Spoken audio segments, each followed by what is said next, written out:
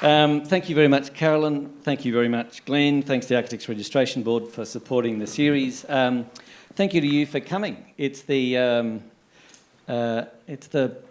biggest audience we've had to date, and I'll put it down to this man we're about to hear from. For those of you who haven't been to one of these, this short series is called The Masters Project. We like the verb, not the noun.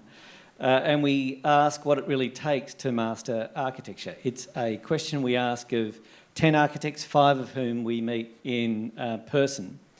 And it follows on from those 20 years that Glenn spoke about, where the Merkert Foundation has been, in one form or another, inviting architects and students from around the world to learn from some of the best, including this man here. There are so many of you in the audience from the summer school and from the masterclass and from Rick's years of teaching. This is part of a long-form podcast series, so we're talking long-form, 90 minutes plus. So it's designed for that long drive to the mountains or for in-flight entertainment on a domestic flight down to Melbourne. Ignore the rest of that nonsense commercial stuff and go for a really good podcast. It's led by the Merkert Foundation, but it's also supported by the Alistair Swain Foundation, and we're grateful for their support. And where we don't start with Rick's biography, because that's really what you will hear tonight. Rick has been asked to put together some slides, which, for those of you who have been to any of the other conversations, I'm in charge of. And so there's this organic dance between Rick and his words and the images that he's chosen, which really walk us through Rick's life, what has shaped him, and some of the projects for which he is known, some of the teachers you have had, Rick, and some of those that you have worked with who I know you wish to thank tonight and acknowledge. We start where the podcast starts. You say from Perth to Hobart to Pittwater. I hadn't realised that Tasmania was such a part of your life, but you say it shaped you. But a polio epidemic in Perth seems to have kicked off a life where you ran free on the Nedlands foreshore, quote, pinching dinghies, patching them up, sinking, and you lived a life ideal. You had a love affair with water and with boats. What is the power of the maritime to you? Oh, that's quite a question. Am I hooked up? Thumbs up? Great. Tim, Caroline, thank you so much. Glenn, my wonderful partner, Karen, and our little family. Welcome you here. They're not so little, by the way, like they're muscling up, those kids. So, yeah, you know, I think it goes way back with the male side of our family. Leplastrier, it's a French name. And we came from a Rouen. We're Normans. Not necessarily French, but Scandos. That's where I think it comes from. Where else do I get that sort of love of the sea and all things to do with it, and the seabirds and just the way that the world works out there? And here we are tonight, like we are, most of us here, citizens of this terraquean city, the city that bridges between water and land in a way that not many cities on earth do. And it's such a strong force. And then when you think about water, yeah, sure, it's wet, but it's thick. You know, like when you fill your glass to the top of the brim and it comes above the surface, and that surface tension, meniscus, holds that water together, it sets up a series of properties that is very different from just the mist that comes with the clouds, of the spray systems, all of it, but it all belongs to this incredible family of water. And of course, as we know, like we're 90% water or something, we can't do without it. So when you see something like that, it really makes you think. Soap bubbles come from that stretch, and we live near the water and have lived with the water as long as I can remember. So you can see its thickness here in the weir edge. You can see through its thickness. It's a miraculous material. And as we probably all know, it doesn't move in straight lines. Water moves like the clouds move, like a loaf of French bread turns over in the sky. It's a miraculous material, phenomenal. Heck. Can you see the wind? People say, oh, you can't see the wind. You know, you can feel it, but you can't see it. Not true. You can see the wind. You can see how it's affected by promontories, how it turns, how it accelerates, how it rolls over like the French bread does. You can see the wind. And if you belong to the water and the wind, and you're a sailor like my friends and I and my boat builder mates are, this was our world from young age right the way through to today. You describe a turning point in your life is when your father bought a boat and you saw it coming out of the water. Yeah, my mate Beetle and I, we're still good mates, Beetle and I. We've been mates for 80 years. We know one another pretty well. We hung around and stole the dinghies in Western Australia and patched them up with bitumen and sunk them and got into all sorts of trouble. And like big flash mirrors from the top deck of our house into the eyes of the drivers coming too fast around the corner, like we were little larrikins. And but you know, like it conditions you. And Dad suddenly got moved from Western Australia to Tasmania, and at the age of about 8 or 9, I suppose, we got dumped on the foreshores of Taroona, Mary just around the corner, and Taroona means shellfish in the indigenous lingo down there, and I just took off. Like I had my own dinghy at the age of 8, 9, 10. I had my own crayfish rings to catch lobsters, crayfish. I had my own grabble nets, 50-metre long nets that I'd put out at right angles to the shores. I had, at the age of 10, a .22 rifle, no licences, a pocket full of long-nosed bullets, and I'd walk through the local shopping centre in Taroona and go up into the back hills, shoot rabbits for dinner, skin them, bring them home. I caught fish, crayfish, sharks, throw a bit of that into the local hotel fish that I get my money from, and live a life that only young kids can dream of. And then Dad bought a sailing boat.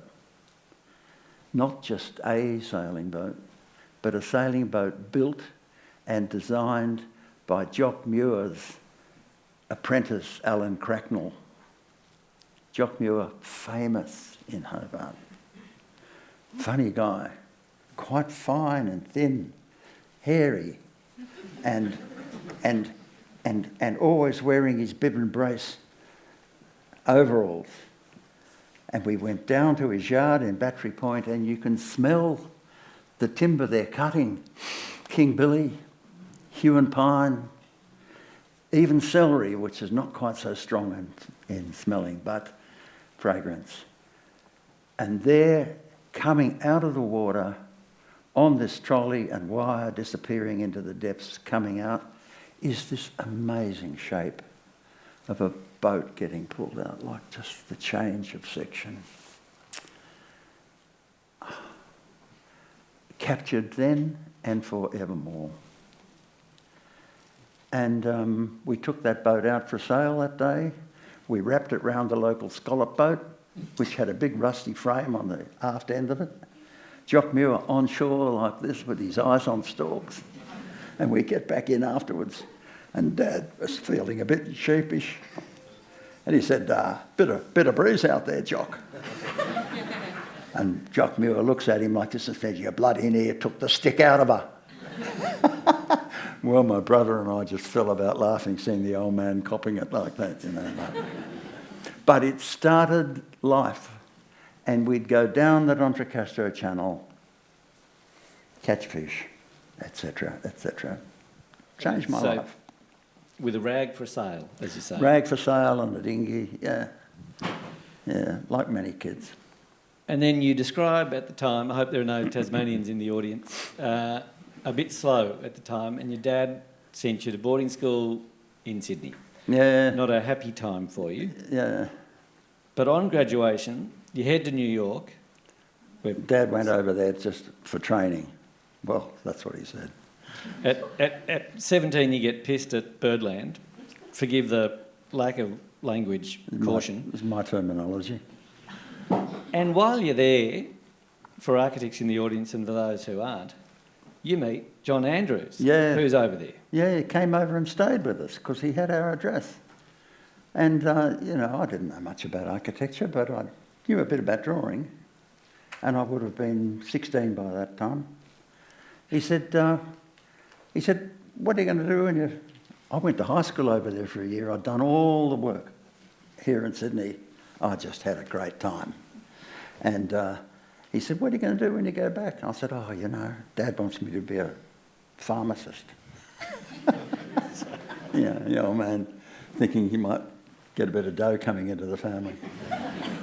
And he was such a nice man that didn't have a clue about art and music. And no, the whole family didn't, in fact. And John saw some drawings. He said, "You should do architecture." He said, "You can draw." And I did. And it took me 3 years at least to start to... How are we doing up here? We're getting into the drawings, because the drawing is your connection into architecture. Yeah, that's right. Drawing. You draw a conclusion. You draw water from a well. You pull... A good drawing pulls from life. And it's the key to finding out about place. And it was advice given to me by... At architecture school, Lloyd Rees was our teacher for 5 years. Roland Wakeland, that great colourist and painter, also for 5 years.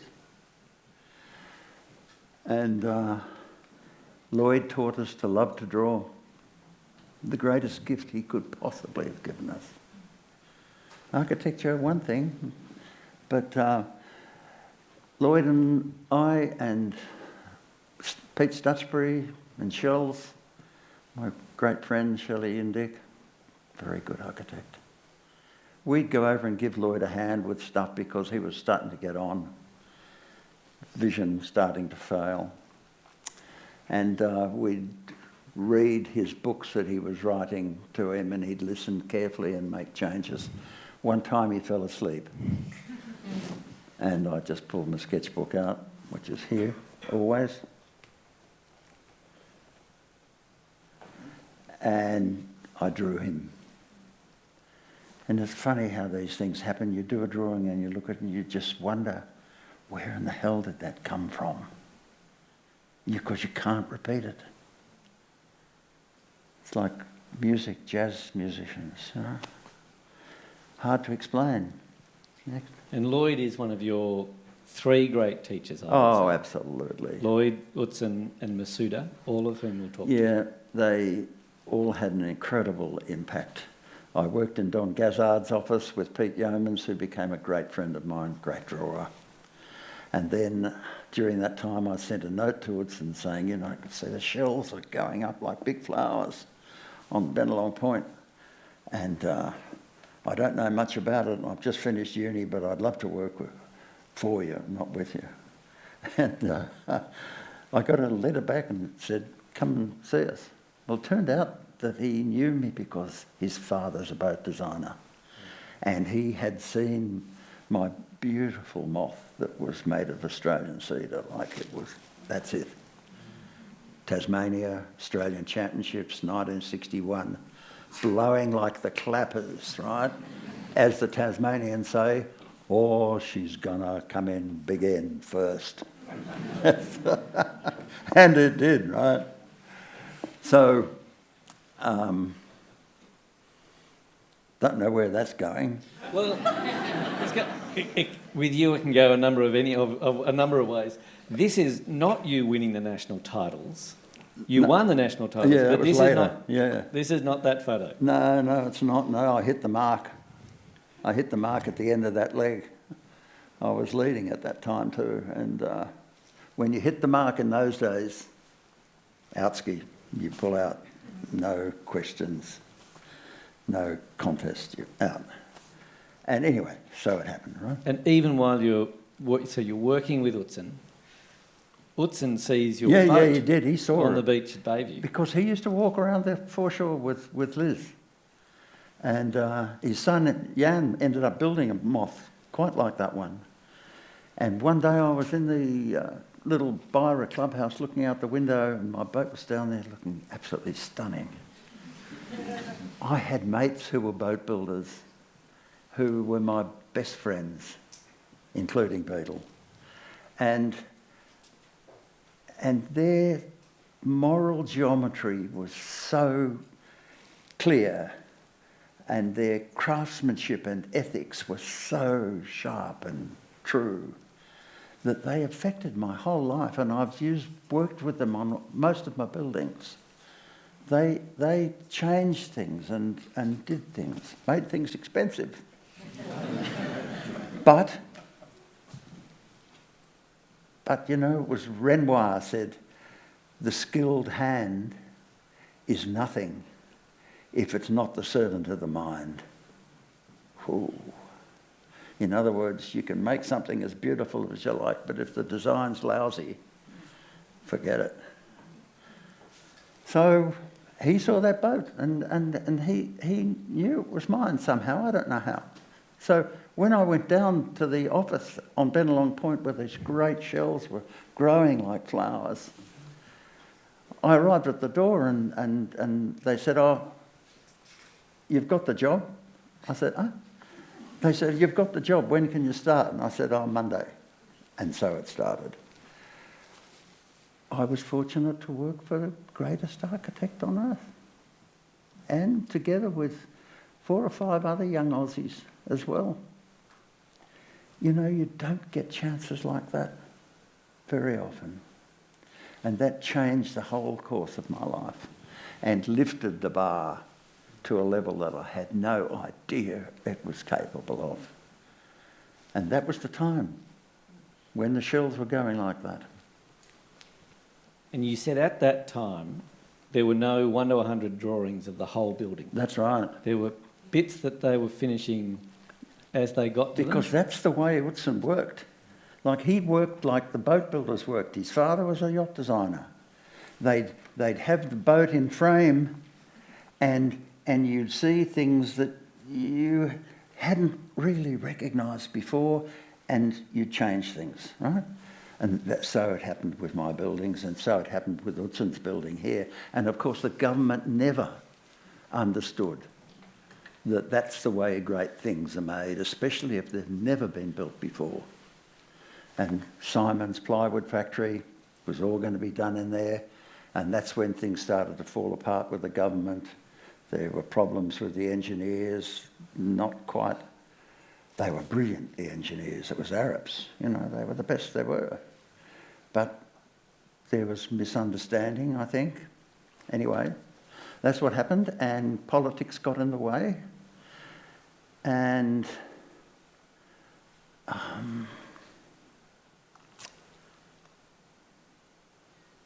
you know, the Conservative Party said the Opera House is costing too much dough, and the bloke's getting big fees, which was never true, because he wasn't into money. And they set up and made problems for it. And that's what happened. When Utzon tried to get finances for doing the beautiful walls that splayed out like the bird wings, the feathers, the wing feathers of a bird, they didn't understand that at all, that you have to make mock-ups of these things. Otherwise you can't. You haven't done it before. That's when things went wrong. And they put someone in charge of the building who had no ideas whatsoever. And I don't think that he was straight either. And you describe the moment Utzon comes to the Palm Beach studio and tells you that the job is over. Yeah. I'd been working for 3 weeks down there on these 1 to 100 drawings, which had never been done. And then he came in one day and said, look, he said, why don't you come down to the boat shed in Palm Beach where I like to work and do the drawings of my house down there. And of course I did. And what a story that was. So I was working back there late one night, and the car pulls up outside the boat shed, and it's Jörn. And he comes in and he's looking really down. He just said, it's all over. He said, we'll have a meeting up on the site in 2 days and we'll discuss it. But he said, it's done, the Opera House is finished. And as you say, not one of the team went on to work on the project. No. A diaspora instead. Absolutely, a mass exodus. And I love, you did it the only way you could do it. Quote, a mate dropped me on the Pacific Highway at Hornsby and I stuck my thumb out and I went north. And to Japan. To Japan, via Townsville, via Papua New Guinea, walks across Papua New Guinea, gets lost one night, has a mate who goes and finds water. That's a whole other story, but worth listening to. It's on the podcast. And then to Japan. And then to Japan, yeah. And you meet this man, your second great teacher. Who is this? Well, Lloyd was my first. Oh, my parents. My parents were my first, of course. Lloyd, then Roland Wakeland, then Jörn, Pete Yeomans. See, your teachers are indispensable to us. You know, and that's where universities are really going off the air at the moment, and I hate to say it, but that's what's happening. They're putting things online, lectures are online, you don't talk with somebody one-on-one, which is what you have to do with a personal thing like architecture. It's about spirit and yeah. Arrived in Japan, in Kyoto, that old city, and it was just like another world, And I arrived up there with Hoppy and Mary, who were in Utzon's office as well. And we all went and we met Masuda. He was introduced to us. And he liked Aussies. He was a professor of architecture at Kyoto University. Kyoto University, if you got a position in Kyoto University as a student, you were guaranteed for life, for work. Same with Tokyo University, those two universities. This fellow was the professor of architecture at Kyoto University, but he did his thesis on the Aranda people in the centre of Australia because he was interested in how original cultures began. He always said, you have to learn to go back to the origins. How else can you make an original work? Fair comment. And so we became great friends. I could tell you a lot of stories about Masuda. He knew that city of Kyoto backwards. Both sexes. All the bars. All the tea houses. He took me to one of them one night, and I won't get into that later. He was amazing. But he was a philosopher. You know, he was also a very good architect. But he was a philosopher, and he allowed us to see below things, underneath things. You know, what happens when you peel something back? Where does an idea come from? Where does language come from? You know, like window. Where does window come from? Wind-eye, Scando, Scandinavian. The eye to the wind, they'd tip their boats upside down in the weather, bad weather, put stones around them to protect themselves, and pull one of the stones out of the wall to see how the weather was looking for the next week. The window is born. And so it goes. If you see the beginning of things, then you have a chance to see things afresh. Masuda, we owe him big time. And from Masuda to Tangei's office, Yeah. and again, Kenzo Tangei is a name that will be known to every architect in this room. And some of the famous roof forms of Kenzo Tangei, which are tension concrete roofs, I think of them. You're the one in the washroom doing the bubble diagrams. Yeah, no, that's right. Yeah, no, we did a scheme for the Olympic Stadium in Kuwait, and he asked across to Japan Fry Otto, the great German engineer and architect. Fantastic guy. He flew those Messerschmitt 210s, the first jet fighters. He'd been around, right? But he was a great human being. Anyway, he was trying to get the design changed so that the swimming was going to be more pleasant. He said, "Oh, you know, we don't have to swim in the straight lines." He said, "You know." Like. And Tangei's all the time going, "Professor Otto, the roof, Professor Otto, the roof." So Otto made the stadium in Germany in 1972 in Munich. All out of cables. Beautiful design. And we did the thing for Kuwait, and we made the roofs out of soap bubbles, out of fine silk threads, Japanese needles with no head on them.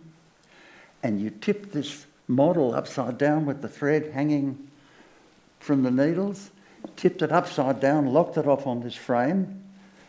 All your taps in the toilets are going, so you've got maximum humidity, and my camera's on its tripod, and you lift up a big pot full of water with detergent in it, up underneath the model so that it's submerged, and you pull it down and bang, there's the building, all in soap bubbles. Absolutely stunning. And you push the button, you've got the image, and then you take the drawings off the photographs. Oh man, amazing. But the roof, Professor. It was funny time in there. Am I talking too much? No. Funny time in there, you know, because the Japanese are so beautifully ordered in the way they go about doing things. And you know, like, I was this enormously tall guy for them, and sitting there drawing, and I've got big hands, right? But my drawings happen to be incredibly fine. And the Japanese were always coming, looking over my shoulder and saying, "Oh, Ricardo, how can you do such fine drawings with such big hands?" Tangei himself was a very powerful man in Japan. You only had to mention that you were working in that studio, and nothing is a problem, including a meeting with the local police where I was living, and they wanted to know what I was doing because, you know, I was working a bit illegally, but not entirely. And I said, I'm working in an architect, and they said, in which office? And I said, Kenzo Tunga and Urtec. Oh, he said, he put down the pencil. He said, you can go now. Just like that. So, powerful man. One night, competition, 2 days, no sleep, and we're all in there like eyes hanging out. And Mr. Toki, who's sitting next to me, Toki-san, nice man, but not very clear in his ordering of things. And the word had got round the office, and we had 2 days before we had submission for this big competition for the High Court. And Toki is in trouble. He's got the communications and the circulation not working properly. 3 o'clock in the morning, suddenly Tunga's there. Didn't hear a sound. He just came in, stood next to Mr. Toki, and I was next to Mr. Toki on the other side, and I knew what was going on. So did all the others in the office. Toki's in trouble. And so Tunga doesn't say a word. Toki springs up from his seat. Tunga takes his seat over, puts the paper over, gets the scale rule, and Toki-san is a little bit nervous, and he's leaning on the drawing board on the tracing paper like this. And Tunga in 10 minutes just sorts out the whole circulation system in this very complex building.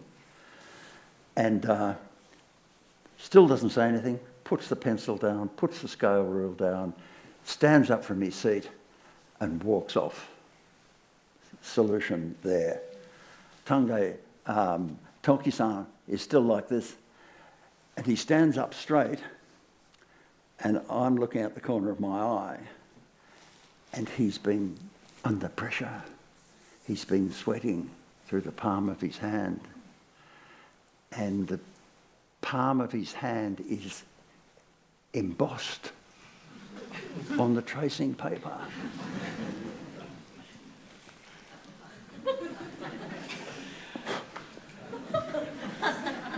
So we skip, there's a small matter of a motorbike with long-range fuel. We see India, we travel around. Yeah. But we return to Australia. Yeah. And you are... Away 5 years.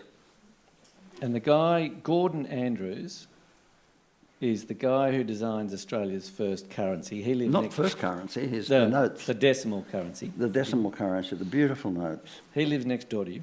Yeah. His wife says, I know someone. Yeah, you should go and see this bloke. And right? this is the story of Bilgola House, That's otherwise known as Palm Garden. That's right. This is an important one for you. Yes, it is. Talk us through this. Yeah, so I go down there, little Volkswagen Beetle, pull it up. Big, dense garden, can't see into it at all. Like there's an old garage on one side. And one of those wire fences, you know those strange sort of wire fences? My long legs just step straight over the fence and into the garden. And I'm looking around and I can't see anybody in there. And I'm looking a bit further down through the palm trees, just beautiful garden. And I see this, it's like the back of a figure. And, excuse me. And I look a bit closer, and it's a bloke leaning over, like working on planting something. Just see the line of his back. And I sort of coughed and made myself known that I was there. And he stood up, this very elegant-looking man, pair of blue rugby shorts on, bare feet.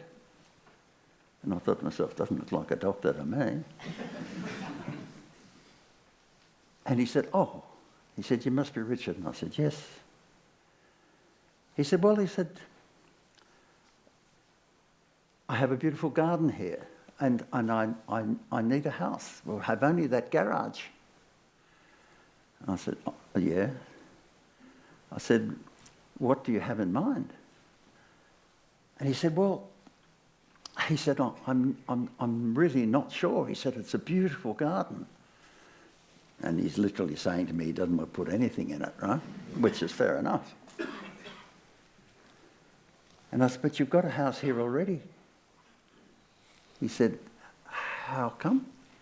I said, look, the columns of the palm trees, and they're beautiful, spherical tops to them, and the light coming through them. I said, your house is here already. You don't have to do much. Oh, he said, I think we can work together. And so started a long relationship where we made a house, and he said, this house could be maybe a place of no possessions, and a cross between, and I was looking at his wrist, he said, a cross between a George Jensen watch, which has no hands on it, right, a bit like Salvador Dali, and a Citroën GS. And I said, I think I know exactly what you mean, right? And so began this long relationship where I was actually the builder, but all my shipwright mates, who always got me out of trouble. And we made a house there in about 3 or 4 years. Oh, which, should we talk about that one? Yeah, that's right. There's a spine that runs down the house with 2 pavilions. Yeah. One for living, one for sleeping. That's it. And on this side here are the services, storage, Japanese bath, kitchen, storage, and then on this side of this spine, a place for sleeping down there, which you can't see, and here is a place for sitting and being quiet. And the house dissolves at the edges like a mirage. It's almost no house. The garden's the heart of that building. And then the roof rolls back here, rolls back like a pram, and then when the full moon's up, you see it coming through the palm trees, and it's the ceiling of this room. The walls are cloth, like sails on boats, which I know how to make. And I got a sailmaker to make them for us, and all these blokes working for him were calling him the old dressmaker. I wasn't very popular with him. Anyway, that's how we made it like, so it was cut from a rectangle, see? So. And then I'm looking at time. Well, and I know we've I want got to to give, go, yeah. 20 years later, you meet George Miller. Oh, and Margie Sixel. And again, if the last one was a convertible like a pram, Yeah. this too has an element of that. Yeah, it does indeed. An old Explain the fishing roof cottage on in Watson's Bay. And the old fishermen built the cottages in Watson's Bay, Camp Cove, initially. Where do they build them? Not on the beachfront. On the back of the dune. Nor'easter comes around South Head and comes powering in there. It was the Cuddy people's main camping area, Camp Cove. And lagoon and everything in there, which has all been sort of filled in and so forth. So we fixed up the old cottage that was there, and then we put a room down the back of the garden, forming a beautiful courtyard garden. And the room has a roof like a kite on it that sits flat. And then you pump a handle like that, and the hydraulic lines lift the whole roof up. The sun comes in underneath it in the morning. You can turn the roof one side or the other way because it all pivots here on a tow bar. Right? Ball joint tow bar. Worked beautifully. Yeah. And then to your own house. This is the one in Lovett Bay. Yeah.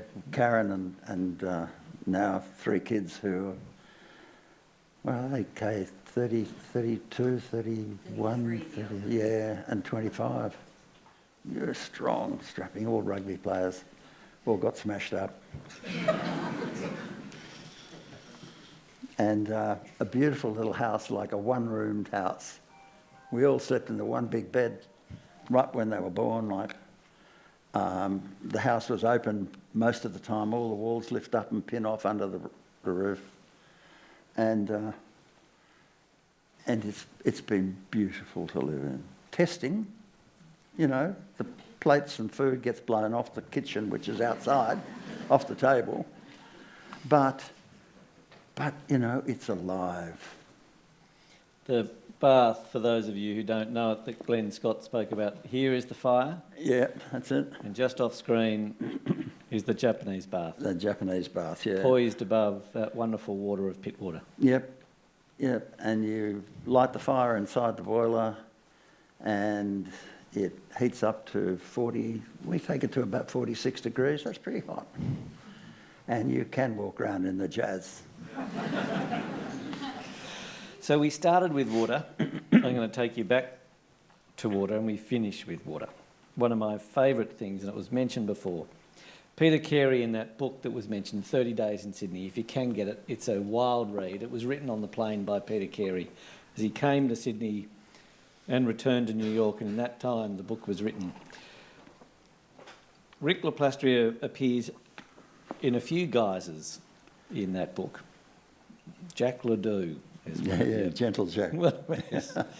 And he relies on you for some of the great insights about how Sydney works. I think it's in that book you say that if you don't have a boat in Sydney, you're not a citizen anyway. That's true. So it just goes to the question of water and why is the harbour so important to you? Carolyn mentioned the exhibition about the harbour. Yep. Talk to us about how important Sydney Harbour is to you in your thinking life. Like the fascination of water, always with me. Can't help that.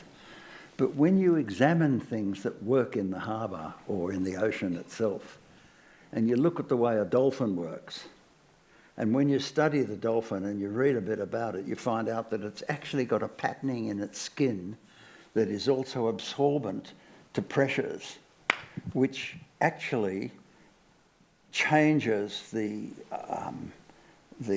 drag that it has through the water, and it's much more efficient. And of course, most things in the water are affected that way, the shape of boats, blah, blah, blah. I don't want to get caught up in all of that. But then if you look at the tankers, the big ships, they've taken exactly that form, and they are designed to go at roughly 16 knots. And that big bulbous nose, like the dolphin, controls the displacement of water along the side of the hull so as it comes off the stern cleanly and opens the water in the bow cleanly. Beautiful. So, you can't help but be involved in things like that. And when you see boats out of the water, this one's in Denmark, in Ebeltoft. It's an old Danish warship, and it's covered in copper. But take a look. It's a sailing ship, but it's a steamship as well. And that propeller here, which is cast in bronze, that's a person's size, right?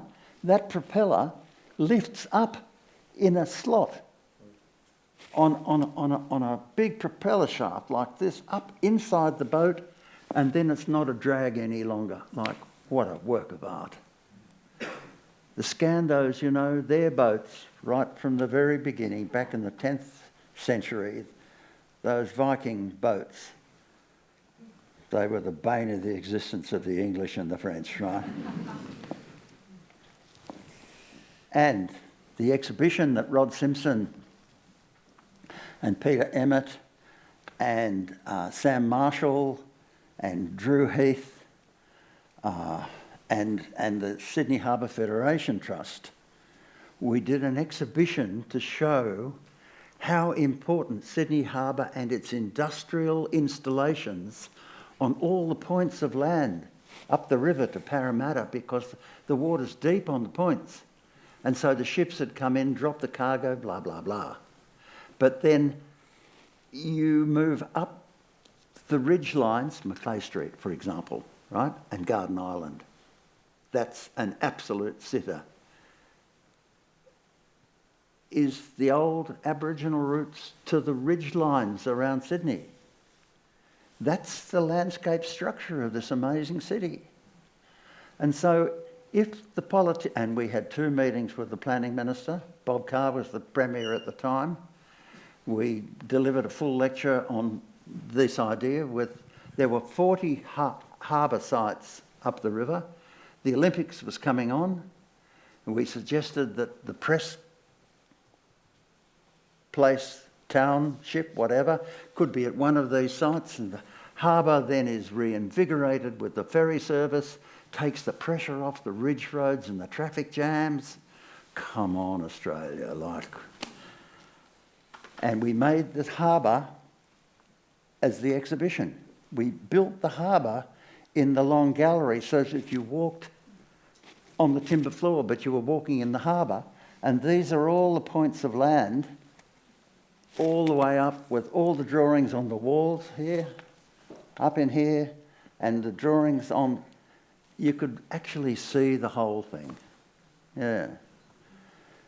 40-something sites, 42, 40, we saved 4 out of that.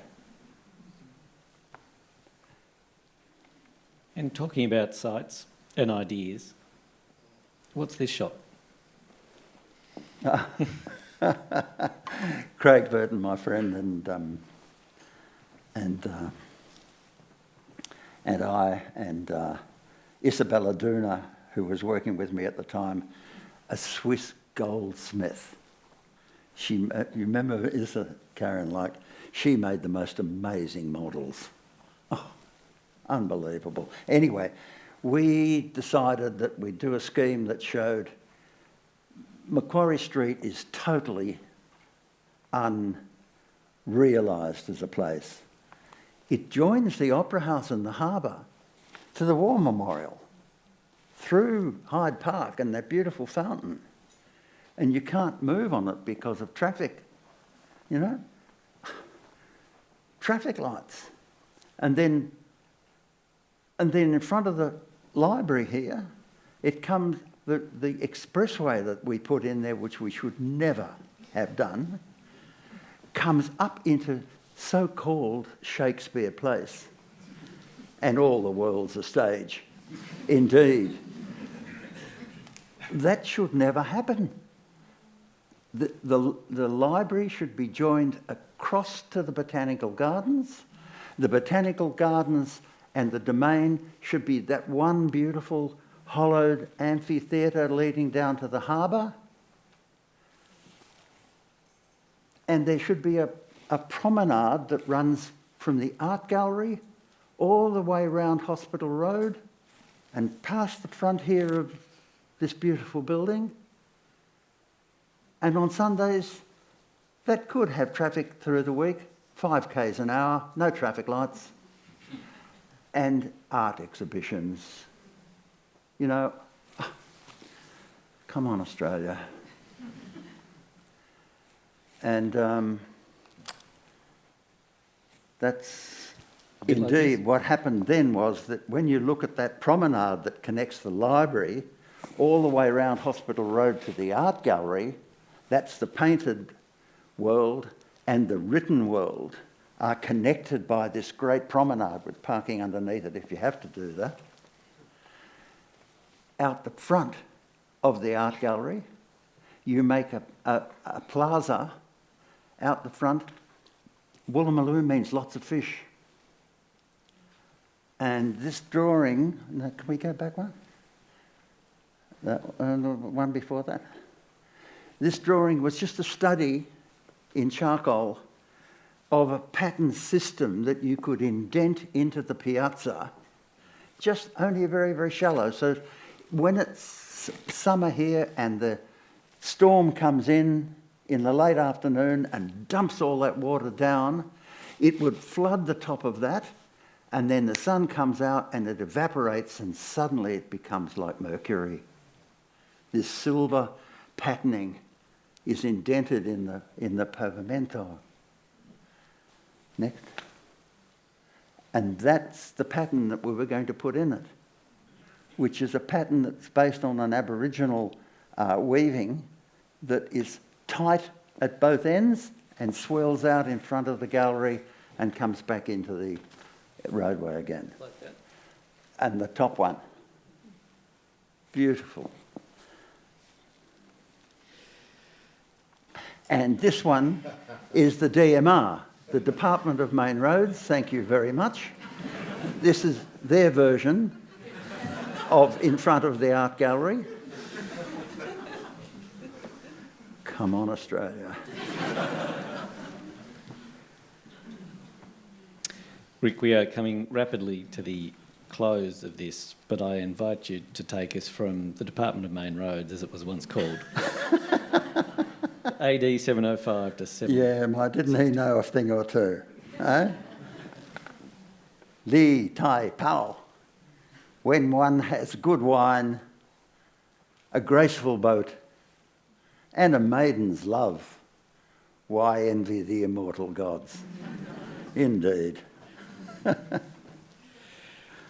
For those of you who know how this works, we have time for a couple of questions, and then we are delightfully sharing space in the lobby together with a glass of bubbles, thanks to the library. And then you can go up to the rooftop bar. But we do have we have time for a couple of questions. Any questions for Rick? One there. Thank you. A microphone is coming to you so that we can record you. Large auditorium. You might have to help me with this if I don't hear it clear. Thank you. And thanks very much for your talk. I'm a student and a pretty keen drawer, and I just wanted to ask if you have one piece of wisdom about drawing you could pass on. Yeah.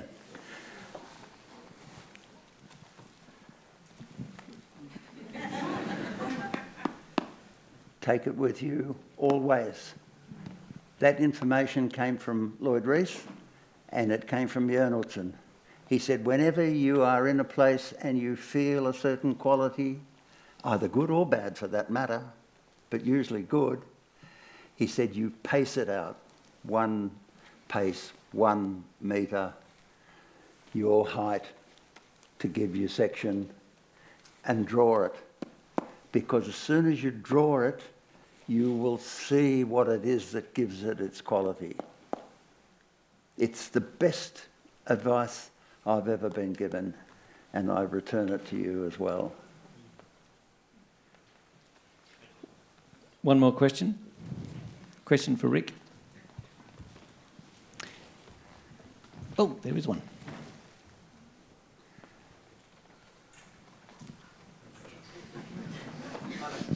Thank you very much. Hi, Rick. Sophia here. I remember last time you told me to bring sketchbook everywhere I go. And then when I finish a sketchbook, to start a new one, you mentioned something about writing, transferring the first page to every single sketchbook you carry on. Oh, yeah. What was it again?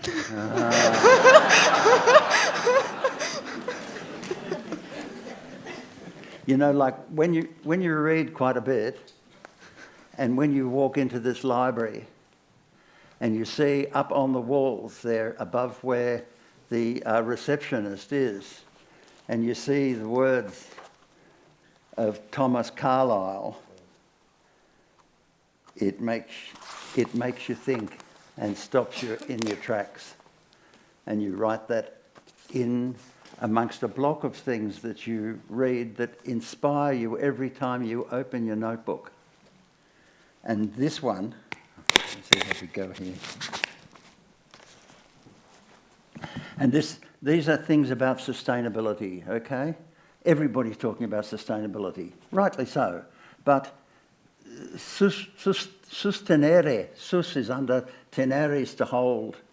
It's how you support society and life from below somehow, like underneath supporting it, sustain. And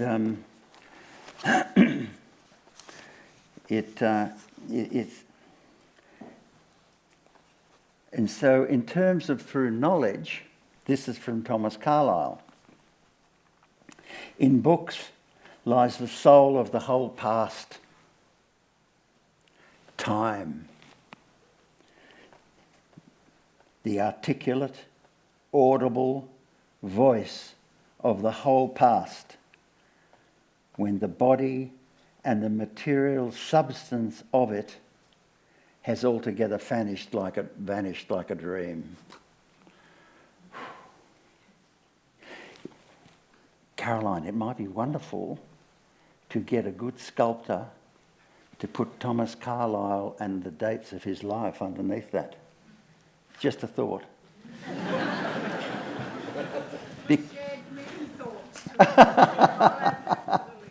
Yeah, but it's just such a great quote for the beginning of the library. And Daphne Mayo's great sculptures on the doors that she and Lloyd Rees were lovers. For this and so many more stories, you can find Rick's podcast dropping next week, as the kids say. And that will be the fifth in the series of 9 of 10 remarkable architects. I have rushed Rick tonight.